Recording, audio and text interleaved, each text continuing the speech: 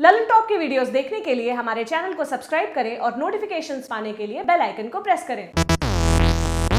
Hello, आप देख रहे हैं दी ललन टॉप।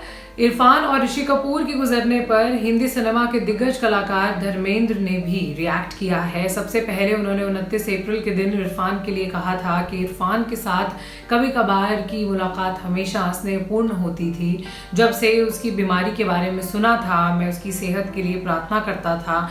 उसकी बेवक्त मौत के बारे में सुनकर उदास हूँ। उसके परिवार को दिल से दिलासा देता हूँ। भगवान उन्हें इस मुश्किल समय में ताकत दे। इरफान, तुम्हें जन्नत नसीब हो।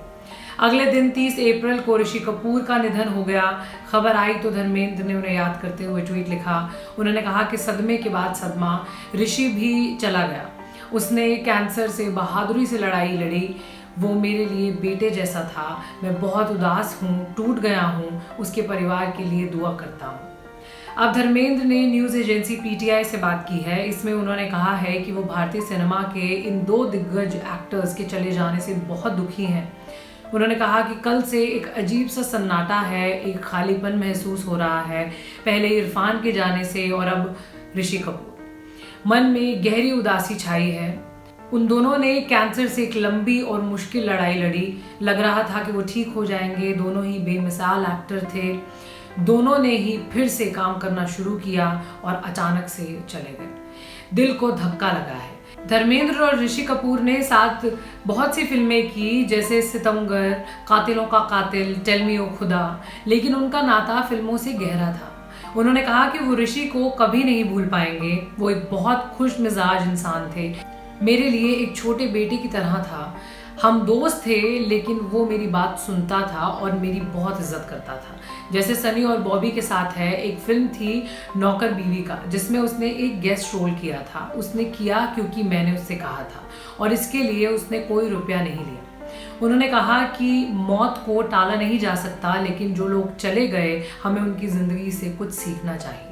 जब परिवार में कोई पैदा होता है तो हम सब खुश होते हैं, लेकिन जब कोई चला जाता है तो हम शोक मनाते हैं और रोते हैं। हम मौत से कुछ भी सीखते नहीं हैं। मुझे लगता है कि हर एक मौत हमें कुछ सिखाती है। प्यार से साथ रहना और एकता रखना ही सब कुछ है, लेकिन हम सब ये भूल जाते हैं। लॉकडाउन में धर्मेंद्र अपने लोनावला वाले फार्म हाउस पर हैं। उन्होंने कोरोना लॉकडाउन पर भी अपने विचार साझा किए। प्रदूषण के कम होने की तरफ ध्यान खींचते हुए वो बोले कि लॉकडाउन की वजह से प्रदूषण नहीं है, इतनी ताज़ा हवा है, आसमान साफ है, सब कुछ खूबसूरत दिख रहा है। मैं ये देखकर बहुत खुश हूँ। ये मुझे पुराने समय की याद दिला रहा है कि हम कैसे जीते थे। हमें लॉकडाउन को सकारात्मक रूप से लेना चाहिए। उन्होंने बताया कि जब वो फिल्में करते थे तो शहर चले जाते थे, वरना अपने फार्म हाउस में खुश रहते थे। अपनी ज़िंदगी का मकसद बताया उन्होंने कहा कि मेरा जन्म हुआ है खुशी देने के लिए, मनोरंजन करने के लिए और सब लोगों को प्रेरित करने के लिए। धर्मेंद्र ने कोरोना महामारी को इंसानों की गलती का परिणाम बताया। इससे ज़िंदगी भर के लिए सीख लेने को कहा। उन्होंने कहा कि ये धरती माँ ने हमारे गाल पर जोर से थप्पड़ मारा है। हमें प्रकृति से प्यार करना चाहिए, उसे बढ़ावा देना चाहिए। वायरस हम लोगों की वजह से आया है, हम अपने ही हाथों ये भुगत रहे हैं। उम्मीद करता हूँ कि लोग समझें और गैर ज़रूरी चीज़ों को कम करें। लालची ना होकर जो अपने पास है उसमें खुश रहें। कम हमेशा अच्छा होता है। सब लोगों को सादा जीवन अपनाना चाहिए। ये ज़िंदगी भर की एक सीख है। धर्मेंद्र 84 साल के हो चुके हैं। उन्हें आखिरी बार आपने 2018 में फिल्म यमला पगला दीवाना फिर से में देखा था। अब वो अपने फार्म हाउस में प्राकृतिक तरीके से सब्जियां उगाते हैं, इंस्टाग्राम पर अपने फैन से बातचीत करते हैं। और ये वीडियो यहीं तक थी। देखने के लिए आपका शुक्रिया। आप कुछ कहना चाहते हैं तो कॉमेंट बॉक्स में ज़रूर लिखें और ऐसी और वीडियोज़ के लिए सिनेमा जगत की देखते रहें दी ललन टॉप।